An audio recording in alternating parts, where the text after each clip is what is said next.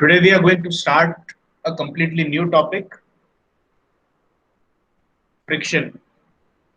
And most of you are already aware of the concept of friction already. So the starting part of this particular topic will be covered at a considerable pace. But if you think that something that I explained has not been understood by you, then please interrupt me while I'm explaining and ask me to explain some particular topic once again. I'll do that. Okay? But since the concept of friction is already understood by all the people in your school studies itself, so we will not be going into extreme details. We will be covering all the topics that are required as per your syllabus. So let us start with the concept of friction. Friction is an opposing force. It always opposes. Okay, but it's not necessarily a bad thing, not always, because there are a lot of instances in which engineering tools and machines have been developed which work on the basis of friction. For example, you know that the radiator of your cars or your automobiles in general, that requires a cooling fan, and that cooling fan of a radiator of a vehicle is run by a motor or an engine.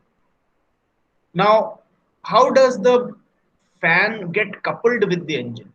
What they generally do is they slide a belt over the hub of the fan and connect the belt to that of the engine. Now, when the engine rotates, the belt rotates and the belt drives the fan, and thus the fan rotates. Now, what do you think is the role of friction in this? Is friction a bad thing in this or a good thing in this? Because if friction were not there, the belt will simply slip over the fan and the fan will not rotate. So, in this case, you actually want the machine to have friction, because as the friction amount increases, there will be no slip at all. So what you actually want in this case is the belt to not slip over the fan. And by not slipping, it is holding a very good grip on the fan. And as the belt rotates, the fan also rotates. And actually, if the amount of friction gets reduced in the between the belt and the fan, then actually you have to take your car or your vehicle to a workshop, और workshop वाले को जाकर के बोलना पड़ता है कि यार मेरा बेल्ट घिस गया या फिर वो फिसल रहा है. And generally when this happens, when your belt start slipping over the fan, you get a very sharp and shrill noise coming out of your radiator continuously that nobody can bear. ऐसे ही वो चिक चिक चिक चिक चिक चिक करके गाड़ी में से अगर आवाज आपको किसी की सुनाई दे रही है, you can directly come to the conclusion कि इसका जो बेल्ट है रेडिएटर का, वो बेल्ट फिसलने लग गई है. Friction is getting reduced at that point. Now, why even take a complicated example like this? Take the example of a person walking on the road. This walking is enabled by the help of friction. तो आपके पैर और road के बीच में जो friction है, अगर वो खत्म हो जाए तो कोई आदमी चल ही नहीं पाए. Nobody can move. So friction is something which becomes an evil in some cases, an unnecessary quantity in some cases which needs to be eliminated, and in some cases you want more and more friction to be there so that things can move on safely, or even some machines can work perfectly. So the concept of friction is that whether it is used for a good purpose, whether it is wanted by a person or not, it is always an opposing force. So friction should be remembered as a force that acts opposite to the direction of applied force. मतलब आप किसी भी machine पे, चाहे belt और fan की बात करो, चाहे आदमी के पैर और रोड की बात करो, you take any example, you apply a force and friction opposite. It is always like that. ठीक है? So this opposing force is called as force of friction. Now this can be understood from this diagram. See, a block is resting on a horizontal surface. the weight of the block is W, and if you draw the weight as a force vector, it will pass through the center of gravity of the block. So this is the CG, this point, and it is passing through the center of gravity. Now you know that whenever a body with a particular weight rests on a surface, then the surface exerts an opposite force, which is called as the normal reaction. Now, when you are not doing anything with the block and the block is simply resting on the surface, it has got only two forces on it. And these two forces can be represented like this. You have a block, you are not doing anything, it is simply resting on the surface. You are neither pulling it nor pushing it. So there are only two forces that are acting on the block. And if you draw the free body diagram of the block means now you have to eliminate the surface. You draw the block alone. You put a point at the place where center of gravity is supposed to be, and now the forces that are acting are like this. The weight is acting at the center of gravity like this, and the normal reaction actually acts at the point of contact between the surface and the body. So the actual location of normal reaction is like this. But since you already know the law of transmissibility of forces, there is something called as the law of transmissibility of forces, which allows you to move a vector along its line of action and place it anywhere on the line of action without making any difference to the actual configuration of the system. So with the help of law of transmissibility, what I am doing is I want this reaction force to be placed at this point. So I can do that because I know that the line of action of the force R also passes through the center of gravity. So I will simply pick this vector from here and place it here. That's it. So now my free body diagram can also be drawn like this. The weight is acting at the center of gravity. The normal reaction is also acting at the center of gravity. So both these free body diagrams are acceptable. You draw it like this or you draw it like this. Both these free body diagrams are correct. This one is different from this only in the aspect that you have used the law of transmissibility of forces and placed the vector at a different location on the line of action. So it does not matter. Now, continuing with this discussion, I want to ask you a question. And please think before answering, okay? This is the center of gravity. I'm drawing another free body diagram, and you simply have to tell me whether this new free body diagram I'm drawing is correct or wrong.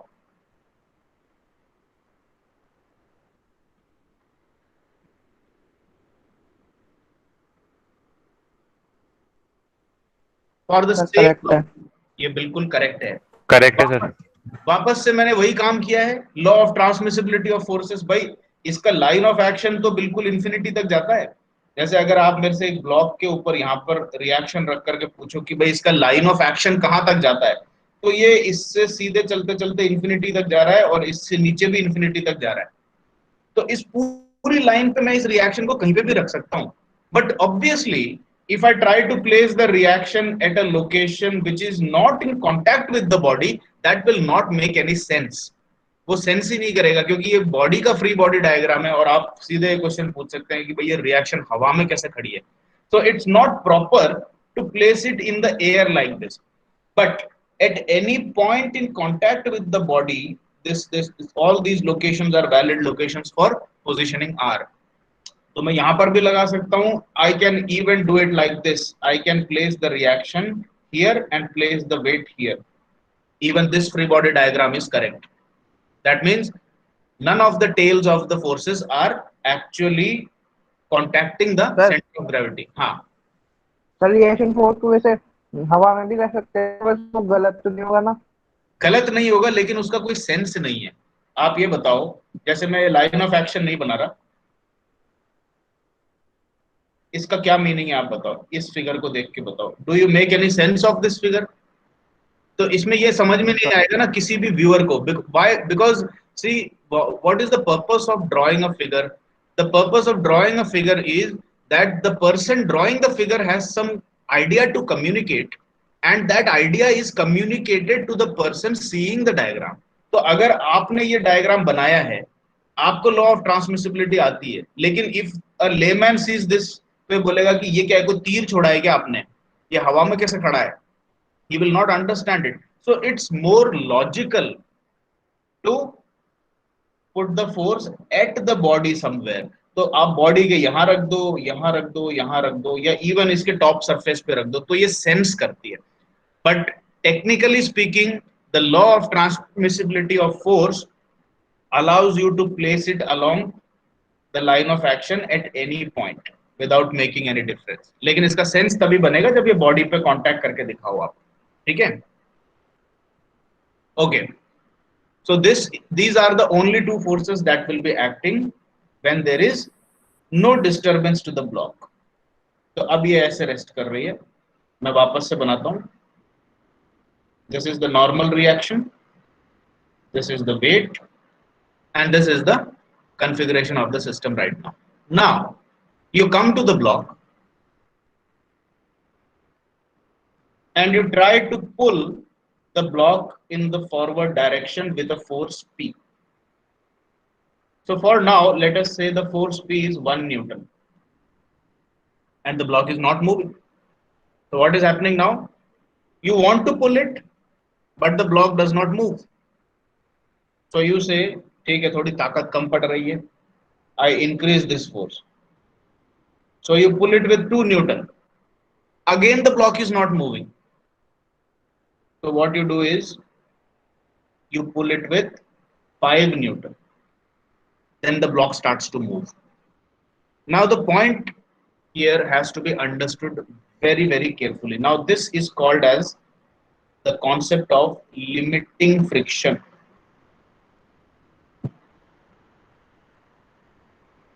This is a very important term and everybody needs to understand the concept of limiting friction. हो सकता है आपको ये समझा रखा हो, आपको किसी को आइडिया है क्या लिमिटिंग फ्रिक्शन के बारे में? एनीबडी? सर स्टैटिक में रहता है तो हाँ, क्या है स्टैटिक स्टैटिक फ्रिक्शन का? में जो ऑब्जेक्ट स्टैटिक में रहता है उससे पहले वाली जो फ्रिक्शन होती है उस पॉइंट तक। नहीं, इसको थोड़ा सा और क्लियर करो आपका, या तो आप भूल गए हो, but from what you are saying I gather that at some point of time in your past you have been explained by somebody about this concept, but you don't remember it correctly. So no problem, we will correct our concepts in these classes. यही अपने classes का purpose है कि आपके concept बिल्कुल crystal clear और solid हो जाए, ठीक है? चलो, लिमिटिंग फ्रिक्शन का कॉन्सेप्ट यही है. पहले जब मैंने इस बॉडी को 1 न्यूटन से खींचा तो ये नहीं चला. क्यों नहीं चला? क्योंकि न्यूटन का सिद्धांत तो साफ साफ कहता है कि अगर आप किसी बॉडी पे फोर्स लगाओगे तो फिर वो बॉडी चल पड़ेगी with a mass into acceleration. तो उसका जितना मास है multiplied by some quantity of acceleration. Sir तो इसको चलना चाहिए था 1 न्यूटन भी नहीं, अगर मैं P इक्वल टू 0.0001 न्यूटन भी लगाता तो भी इसको चलना चाहिए था. It should have moved. Why did it not move? But when I applied 1 Newton, 2 Newton, 3 Newton. Sir क्या बोल रहा हूँ? W जो डाउनवर्ड डायरेक्शन में लग रही है वो ज्यादा है. आपकी आवाज पूरी ब्रेक हो रही है बेटे, मेरे को कुछ भी समझ में नहीं आ रहा आप क्या बोल रहे हो.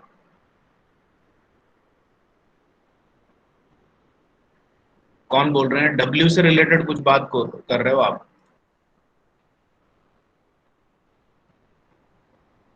बोलो, कौन बोल रहे हैं?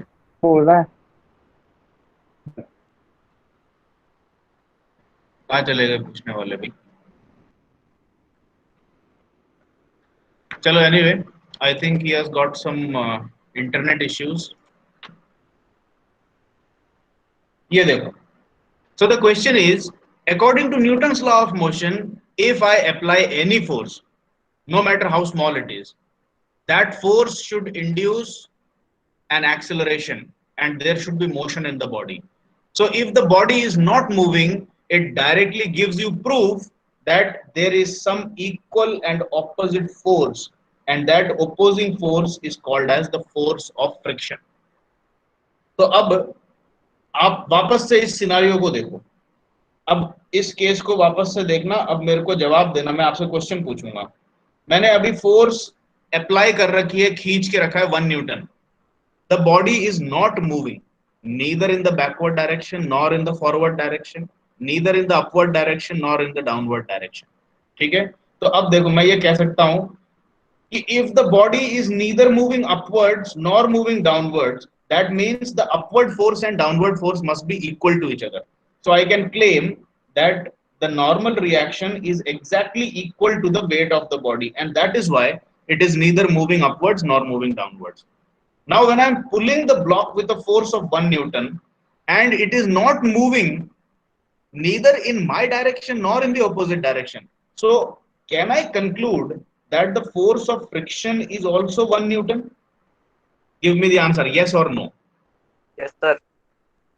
Yes, Yes, sir. that is the correct answer. अगर बॉडी मूव नहीं कर रही है तो इसका मतलब यही है कि आपने जिस दिशा में फोर्स लगा रखी है उसके ऑपोजिट दिशा में उतनी ही फोर्स लगी हुई है।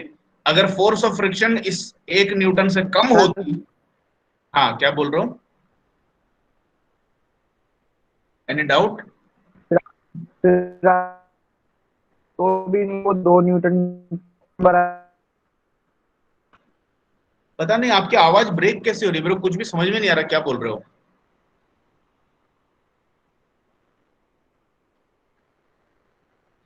बोलो अक्षित। हाँ सर, आवाज आ रही। हाँ अभी आ रही है, पूछो। कि जो ये पी आपने लगाया है, पहले तो 1 न्यूटन लगाया, न्यूटन पे भी मिला, मेरे को कुछ भी नहीं सुनाई दे रहा। I can't listen. भाई क्या बोल रहे हो? मेरे को बिल्कुल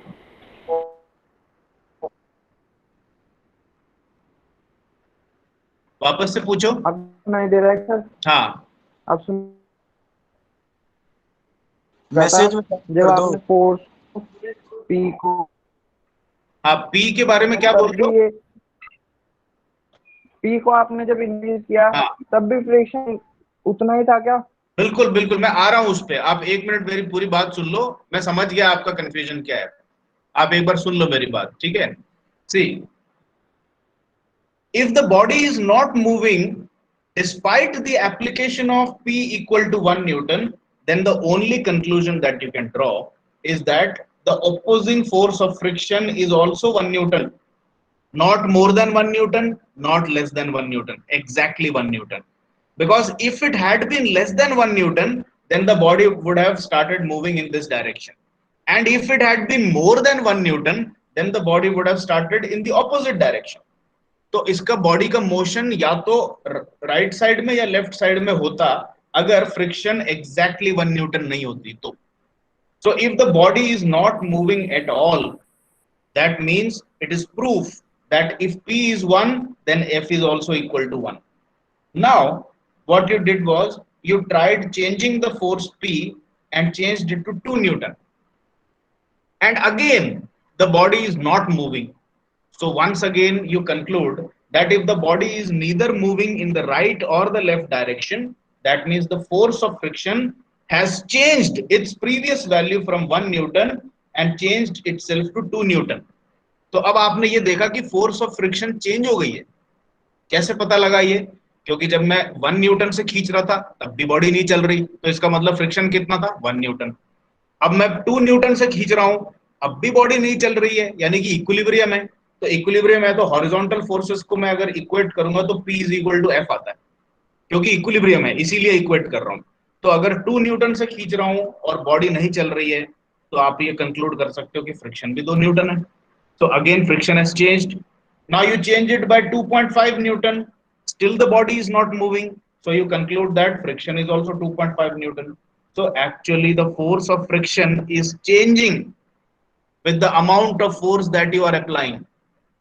Got it? And eventually what you do is, आपने एक एक्सपेरिमेंट चालू किया, बोला कि यार देखते हैं ये कब तक नहीं चलेगा। तो आपने स्टार्ट किया कि भाई मैं पी की ये सारी वैल्यूज स्टार्ट कर रहा हूं, P is equal to 0.1 newton. Body चली कि नहीं चली, उसके लिए एक टेबल बनाई, मोशन।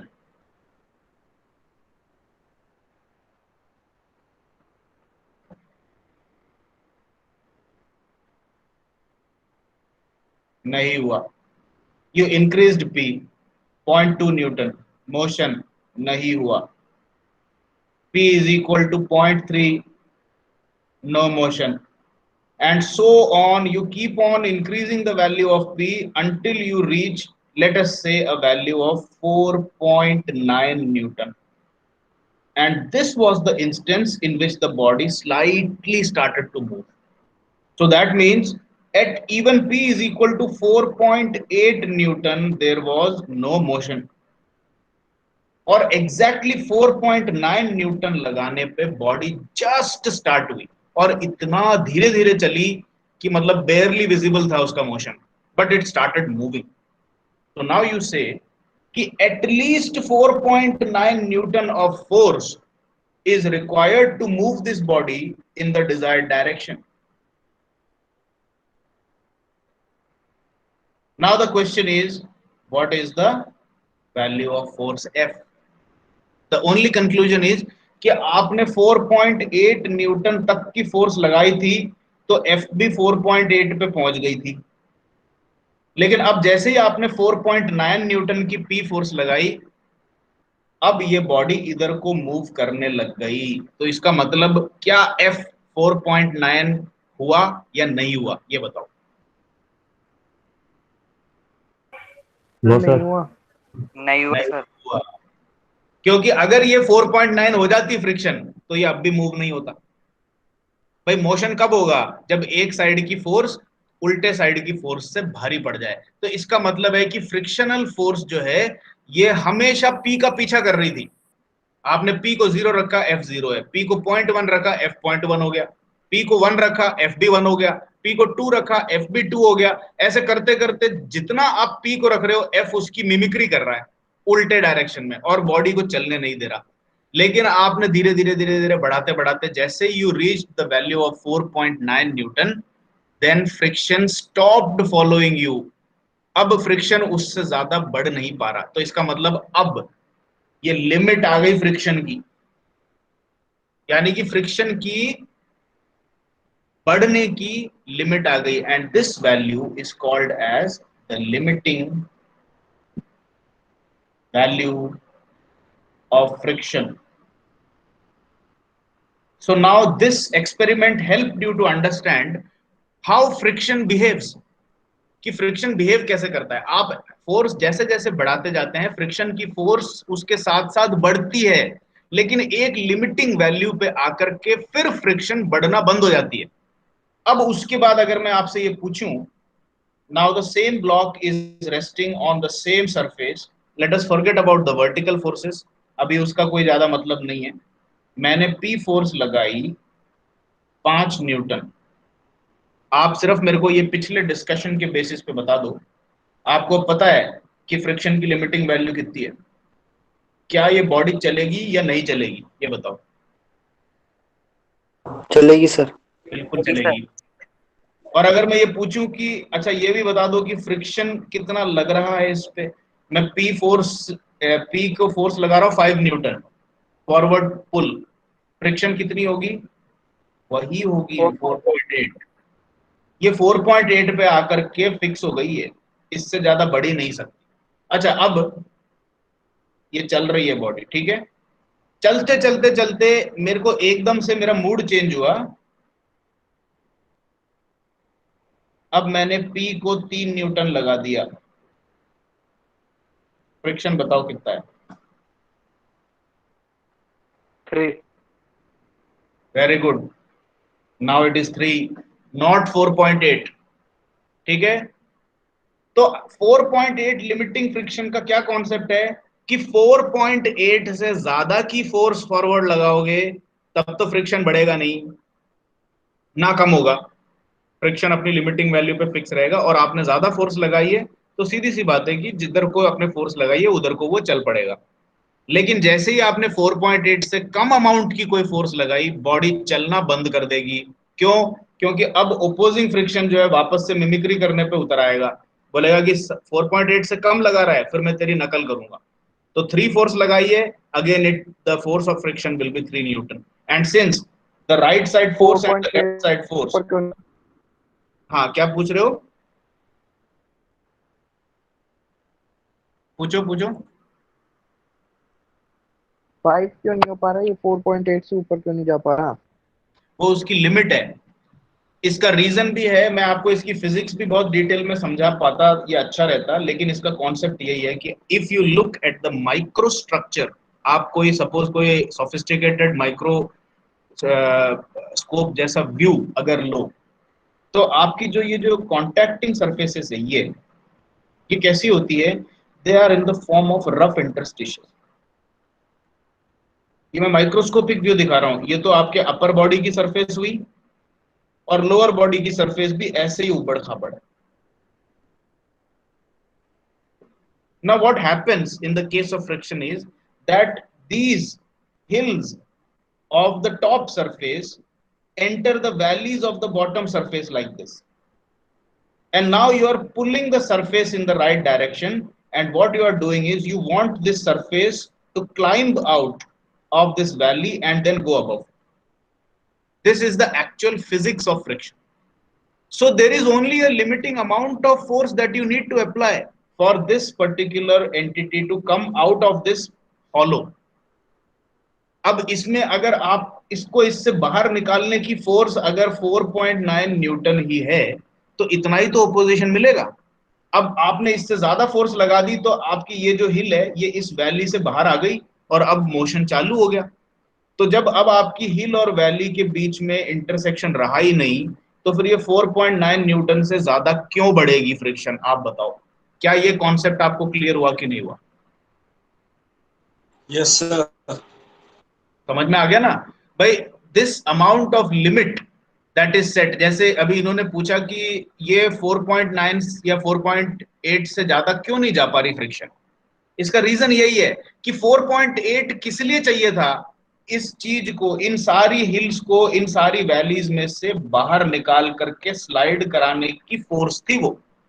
तो उससे कम लगाते तो एस्केप नहीं हो पाती, और उससे ज्यादा लगाओगे तो ऑलरेडी एस्केप हो चुका है 4.8 पे वो, तो उससे ज्यादा फोर्स लगाओगे तो अब तो वो एक्सेलरेट हो जाएगी बॉडी, बस अब वो हिल और उसके बीच का वो जो बाधा थी वो खत्म हो गई अब। इसीलिए 4.8 पे आकर के फ्रिक्शन फिक्स हो जाती है। Now how can you reduce और increase this limit? That is a totally different matter. Now, with the modern technology, you have got a lot of polishing equipment, you have got a lot of grinding equipment, और उनको लेकर के आप surfaces की polishing कर सकते हो, smooth बना सकते हो surfaces को। So when you polish or grind or smoothen one particular surface, then the surface interstitials become more or less like this. अब ये ऐसी होगी surface, ये देखो। तो पॉलिश्ड सरफेस का माइक्रो स्ट्रक्चर देखोगे तो वो ऐसे ऐसे होने की बजाय अब ऐसे ऐसे हो गई। Now, if such a surface is in contact with another smoothly polished surface like this, you can obviously guess कि इसकी हिल और वैलीज तो अब इतनी इतनी सी रह गई बस। अब इसको बाहर निकालने के लिए कितनी फोर्स चाहिए? कम फोर्स चाहिए। So that is why when you have smooth surfaces, the amount of friction or the frictional resistance gets reduced, because basically friction is nothing but interlocking of the hills and valleys of contacting surfaces. That's all. और कुछ भी नहीं है friction.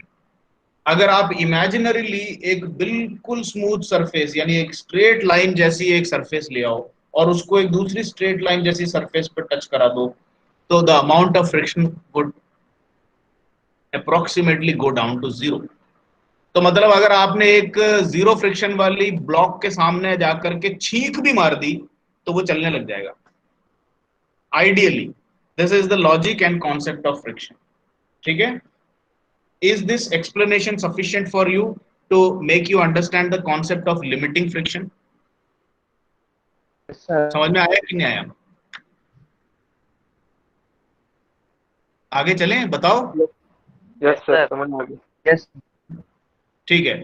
Now if somebody asks you the concept of limiting force of friction, आपको भ्रम भी नहीं पैदा होना चाहिए कि भाई मैं क्या क्या लिखूं, मेरे को बहुत कुछ चीजें आती है, मेरे को वो वैलीज और हिल्स वाला कॉन्सेप्ट भी आता है।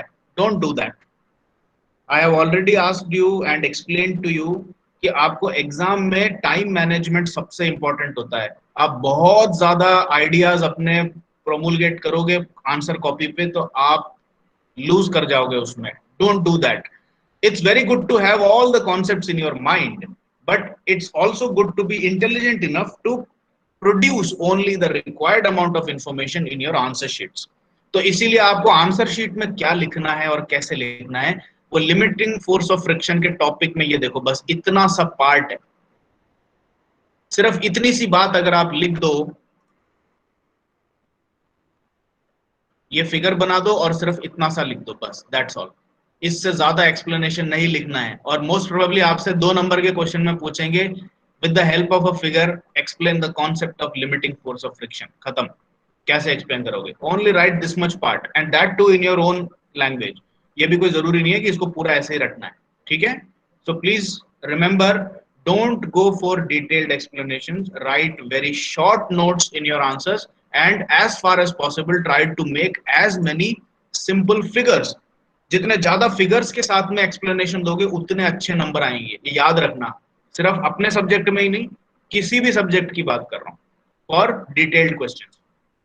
Now comes the concept of coefficient of friction. अब इस वाले कॉन्सेप्ट में अपन को ज्यादा टाइम स्पेंड करने की जरूरत नहीं है।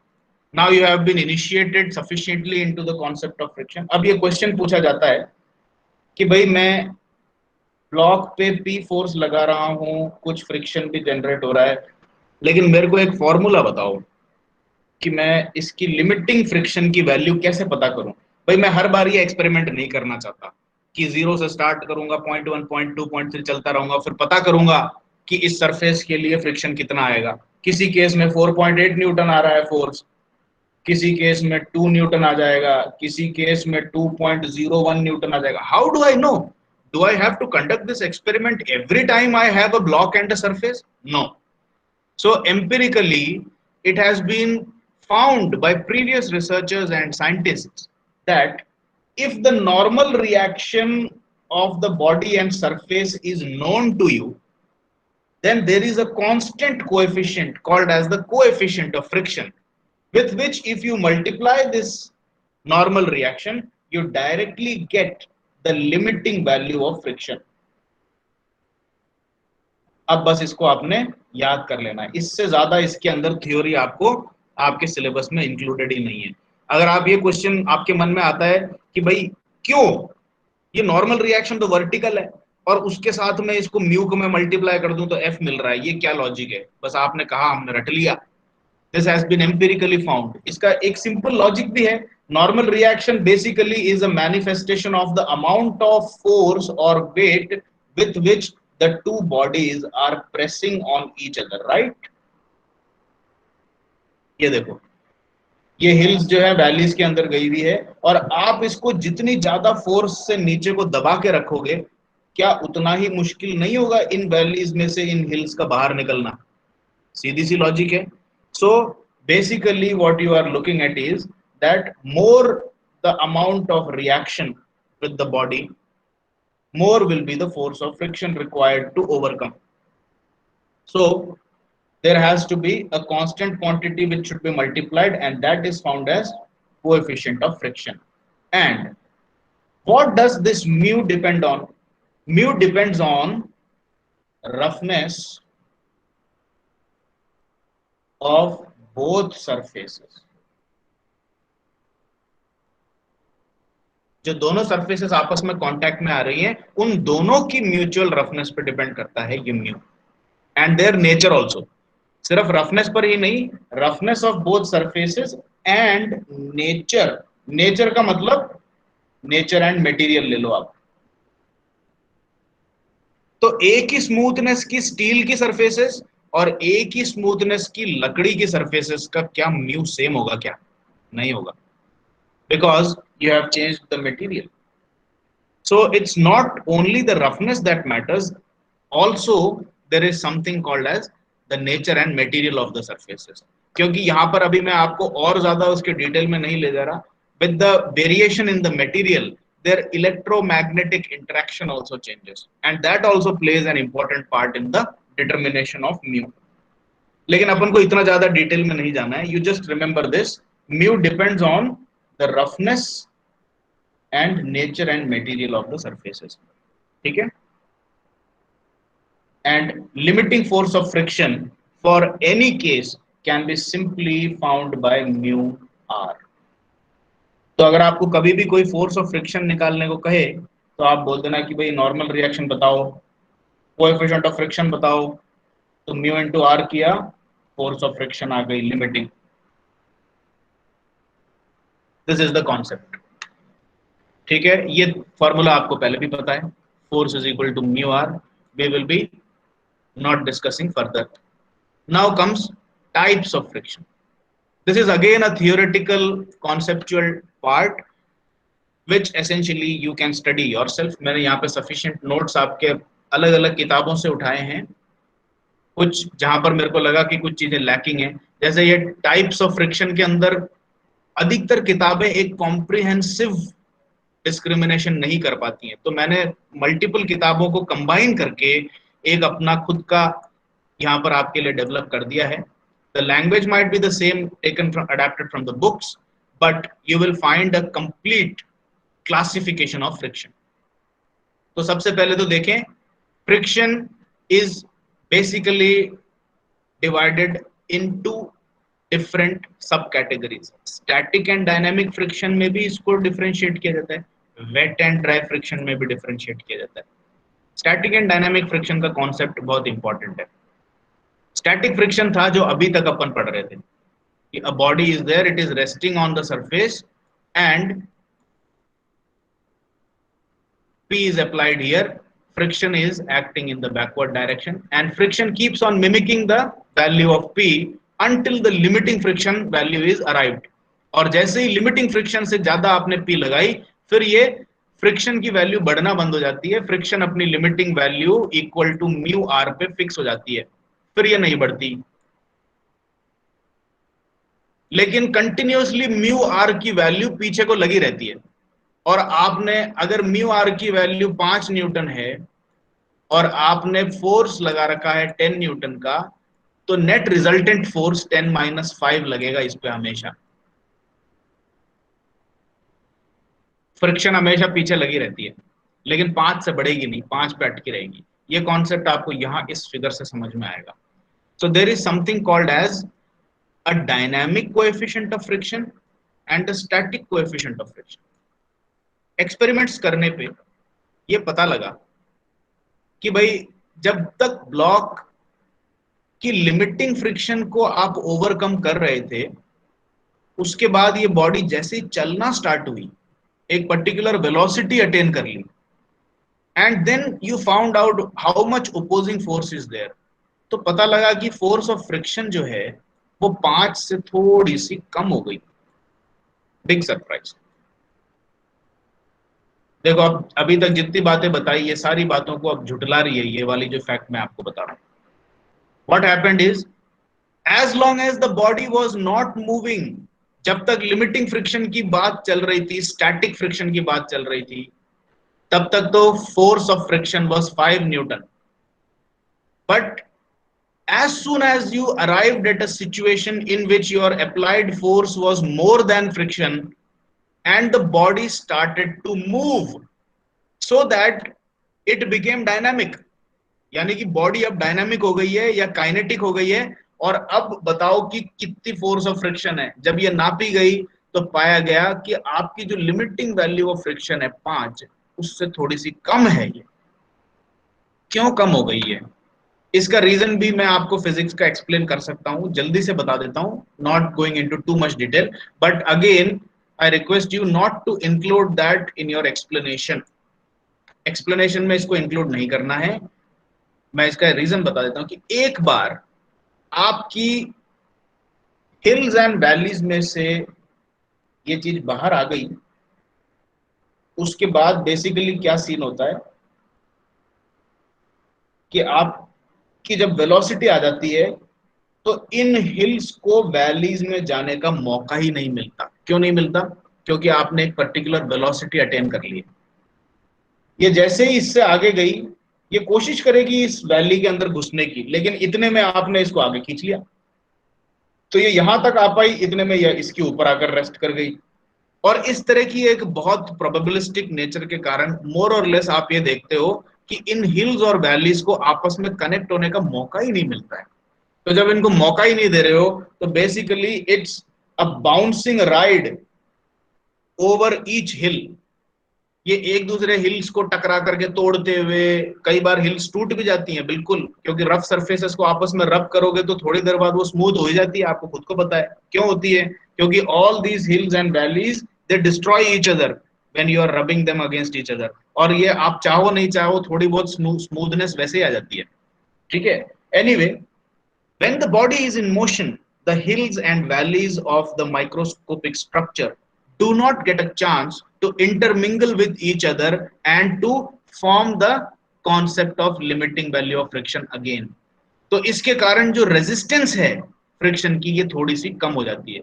तो अगर आपको मैं कुल मिला के इसका पूरा कैप्सूल बनाऊं कि भाई मोशन जब चालू हो जाता है या बॉडी जब चल पड़ती है तो फिर फ्रिक्शन की फोर्स कम क्यों होती है, so your sweet and short answer should be the force of friction is reduced because the coefficient of static friction is replaced with another coefficient which is called as coefficient of kinetic friction.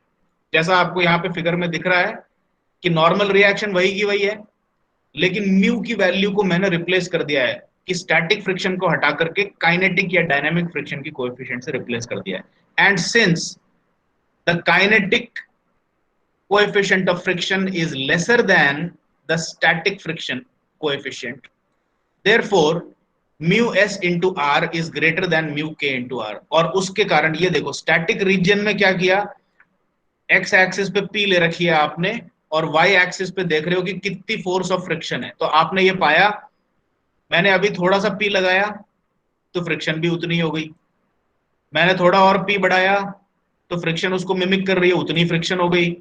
और मैं P को बढ़ाते बढ़ाते जैसे ही limiting friction पर आया, so the body is now just about to move. लेकिन जैसे ही बॉडी मूव करना स्टार्ट हुई उसकी फ्रिक्शन फोर्स एकदम से थोड़ी सी ड्रॉप हो गई। ये देखो, the drop in frictional force is equal to this magnitude. इतना फ्रिक्शनल फोर्स में ड्रॉप आया। अब इस पॉइंट के आगे की पूरी जो ग्राफ है ये मोशन को रिप्रेजेंट करती है, यानी कि बॉडी का मोशन स्टार्ट हो चुका है। तो जैसा मैंने आपको इसका फिजिक्स में एक्सप्लेन किया कि now since the bodies are moving with respect to each other, the hills and valleys of the microstructure do not get a chance to intermingle with each other, and therefore since most of the valleys are skipped, the resistance is also reduced। और अब आप जैसे जैसे force को बढ़ाते जाओगे आपकी velocity बढ़ती जाएगी, अब मोर और लेस आपकी फ्रिक्शन की कोएफिशिएंट कांस्टेंट रहती है। तो अब आपसे अगर मैं ये पूछूं कि पहला केस तो है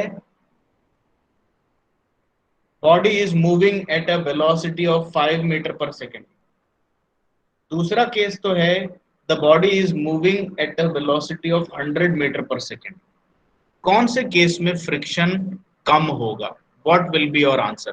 please look at this figure and look at this graph. इस ग्राफ में से मैं ये फिगर डायग्राम वगैरह सारे हटा देता हूं। हाँ, अब इस ग्राफ को देख करके ध्यान से देखना, एकदम से मत आंसर देना। इसको देखो, दो केसेस हैं। फर्स्ट केस, बॉडी का मोशन स्टार्ट हो चुका है फ्रिक्शन के लगते दौरान, 5 मीटर पर सेकेंड पे फ्रिक्शन के साथ चल रही है। दूसरा केस है 100 मीटर पर सेकेंड पे फ्रिक्शन के साथ चल रही है, same body same surface.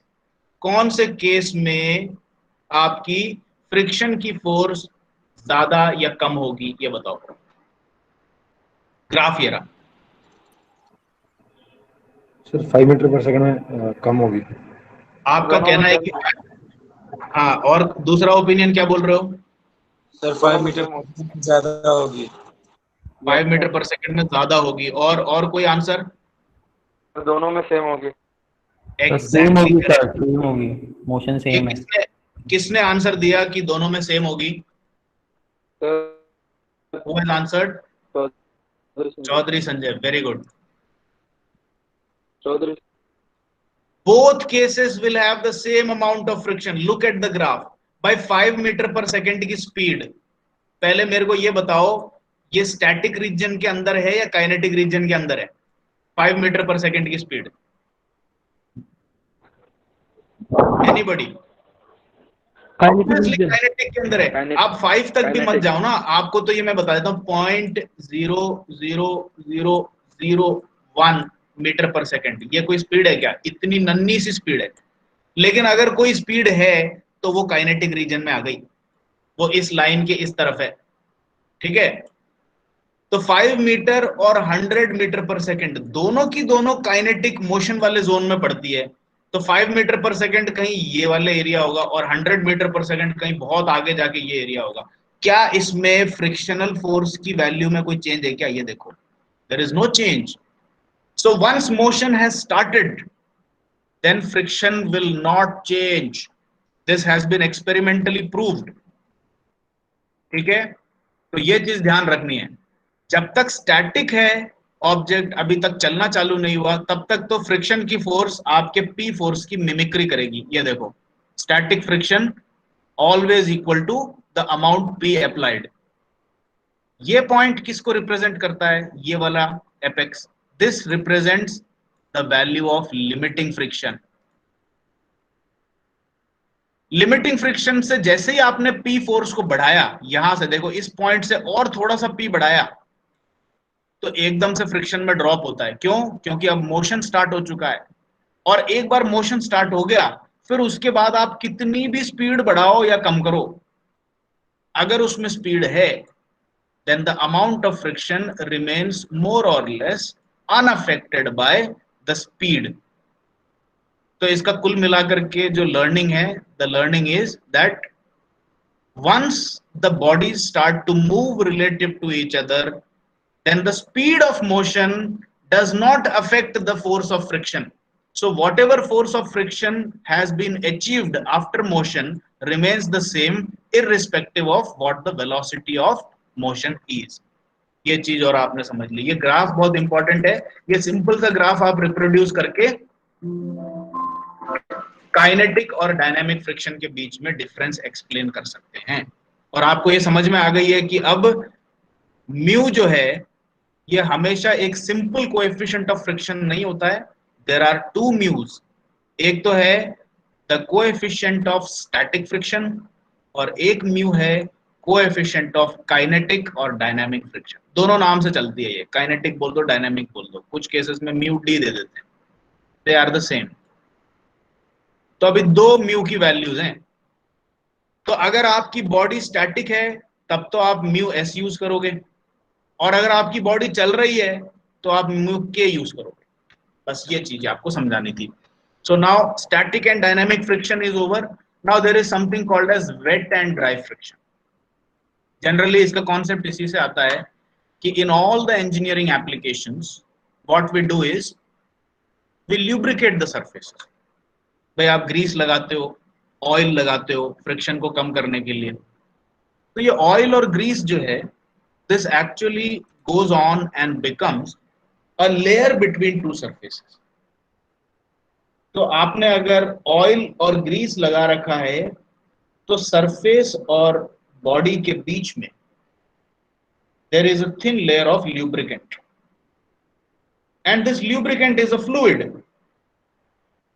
So basically the body is not actually coming in contact with the surface, it is sliding over the surface over a layer of lubricant, and actually the friction is generated in the body of the lubricant that comes in between. So this type of friction is called as wet friction. ठीक है, तो wait friction के बारे में आपको बहुत ज्यादा जानकारी कलेक्ट करनी भी नहीं है. If between two surfaces which are in contact lubrication, oil or grease is used, the friction that exists between two surfaces is known as wet friction. If no lubrication is used, then friction between surfaces is called as dry friction or solid friction. तो ये term भी याद रखना, solid friction किसको कहते हैं। Solid friction जैसे ही सुनोगे बोल देना कि ल्यूब्रिकेशन नहीं है, और जैसे ही वेट फ्रिक्शन सुनो बोल देना ल्यूब्रिकेशन है। And further wet friction can be further divided into film friction and boundary और स्किन फ्रिक्शन। इसका डिफरेंस बहुत ही सटल सा है और इसकी डिटेल्स में नहीं जाएंगे, आप सिर्फ इसकी डेफिनेशंस याद रखिए। इसको मैं जस्ट ऐसे एक्सप्लेन कर देता हूं कि फिल्म फ्रिक्शन तो तब होगी when there is a sufficient layer thickness of lubricant between the surfaces, and if the layer of lubricant between the surfaces is very thin, आप ये बोलते हो कि ये ऑलमोस्ट बाउंड्री के कांटेक्ट में आने वाली है, बस बहुत पतली सी लेयर है, then in that case the actual dynamics of friction changes a little bit। लेकिन इसकी डिटेल आपकी हायर क्लासेस में ही आती है, and even then if you opt for that, ठीक है। तो आपको सिर्फ इतना याद रखना है कि ये बाउंड्री फ्रिक्शन किस केस में कहेंगे इसको, और फिल्म फ्रिक्शन किस केस में कहेंगे, बस इतना सा याद रखना है। Film friction when two surfaces in contact are completely separated by lubrication, ये फिल्म हो गई, यानी कि एक एक्चुअल थिक फिल्म है लुब्रिकेंट की। बाउंड्री और स्किन फ्रिक्शन, स्किन मतलब बोलते हैं ना कि अब बस बिल्कुल एक आपका जो चमड़ी है, चमड़ी के बराबर की थिकनेस भी नहीं रही अब लुब्रिकेंट की, तो स्किन जैसी फ्रिक्शन मतलब लुब्रिकेंट की लेयर है, तो स्किन फ्रिक्शन या बाउंड्री फ्रिक्शन कहते हैं। when two surfaces in contact have a minute thin layer of lubricant, मतलब बहुत पतली सी लेयर अगर लुब्रिकेंट की है तो बाउंड्री फ्रिक्शन या स्किन फ्रिक्शन कहते हैं। So this is a very common question that can be asked in your 2 marks question or even as a sub part of a bigger question कि types of friction के बारे में details बताओ। तो ये diagram आपको याद होना चाहिए। This is a very important diagram for differentiating between static and dynamic friction, because this diagram actually introduces you with the concept of mu s and mu k, जो कि आप बाद में न्यूमेरिकल्स में भी यूज करोगे, ठीक है।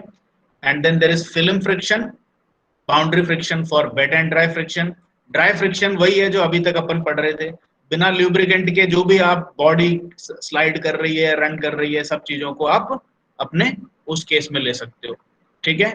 देयर इज अनदर क्लासिफिकेशन जो कि इसके अंदर आती है, that is called as rolling friction, लेकिन वो मैंने अभी इंक्लूड नहीं किया है, that can also be included. Rolling friction आपकी ड्राई फ्रिक्शन के अंदर ही उसका पार्ट है, या फिर आप ये मान लो कि स्टैटिक डायनामिक का ही एक सबसेट आ जाता है रोलिंग फ्रिक्शन करके, ठीक है। So you can mention that if you want, और you can simply give this classification, this should be sufficient. अब लॉज ऑफ फ्रिक्शन जो है ये मैं चाहता हूं कि आप खुद रीड करें, ठीक है। लॉज ऑफ फ्रिक्शन आपको वैसे भी रटनी है। There are 7 laws of friction जो कि as it is theory question में पूछी जा सकती है। Right the laws of friction, सीधा सीधा आ जाएगा। You should also remember laws of friction are also commonly called as Coulomb's laws of friction, क्योंकि कूलम्ब उस साइंटिस्ट का नाम है जिसने एक्चुअली फ्रिक्शन पे बहुत काम किया है, और इन्होंने ही ये 7 नियम बना करके दुनिया को दिए कि भाई ये तो फ्रिक्शन जो है ये इन नियमों को हमेशा फॉलो करती है, ठीक है। So I am not going into reading all the laws individually. I want you guys to read these and remember them by heart in some way or the other। अपने किसी एक तरीके से इसको याद रखने की कोशिश करें, ठीक है। तो अब एंगल ऑफ फ्रिक्शन आपको मैं समझा चुका हूं already. Do you remember that I have taught you angle of friction phi? याद आ रहा है क्या किसी को? ये फिगर देखो, एंगल ऑफ फ्रिक्शन मैंने आपको पहले ही समझा दिया है। कोई एक जना कंफर्म करे कि भाई ये याद है आपको। ये देखो, इसको देखो, tan phi is equal to mu, कुछ याद आया? Yes sir. आपको जब मैं स्क्रू जैक पढ़ा रहा था तो स्क्रू जैक में ये फाई का कॉन्सेप्ट आया था, और उसी टाइम मैंने आपको समझा दिया था कि ये क्या चीज है। ये देखो, नॉर्मल रिएक्शन बना हुआ है और बॉडी पे फोर्स ऑफ फ्रिक्शन लगा हुआ है, और आप इस नॉर्मल रिएक्शन और फोर्स ऑफ फ्रिक्शन का रिजल्टेंट बनाने की कोशिश करते हैं पैरेललोग्राम लॉ से, तो ये जो डॉटेड लाइन है S, S is the resultant force of normal reaction and frictional force, and the angle that the resultant force makes with the normal reaction, this angle is called as the angle of friction. तो ये भी मैं आपको अब अगली class में नहीं पढ़ाऊंगा, ये भी आप लोग खुद इस इतने से टॉपिक को पढ़ें, बल्कि खुद क्या पढ़ना है मैं पढ़ा चुका हूं already. So please go through the notes given, that is sufficient for you. अब नेक्स्ट क्लास में अपन कोन ऑफ फ्रिक्शन पढ़ेंगे, एंगल ऑफ रिपोज पढ़ेंगे, and then we will directly jump into numerical problems of friction. ठीक है, तो आज मैं ये आपको नोट्स भेज दूंगा. Please go through the notes. Please make it a habit to study every day what has been taught in that particular day. That way your load of studying for your examinations gets reduced considerably. ठीक है, तो daily practice होनी चाहिए जो भी पढ़ा रहे हैं, उससे लोड कम हो जाता है पढ़ाई का. Okay, I'll take your attendance. Please don't go away.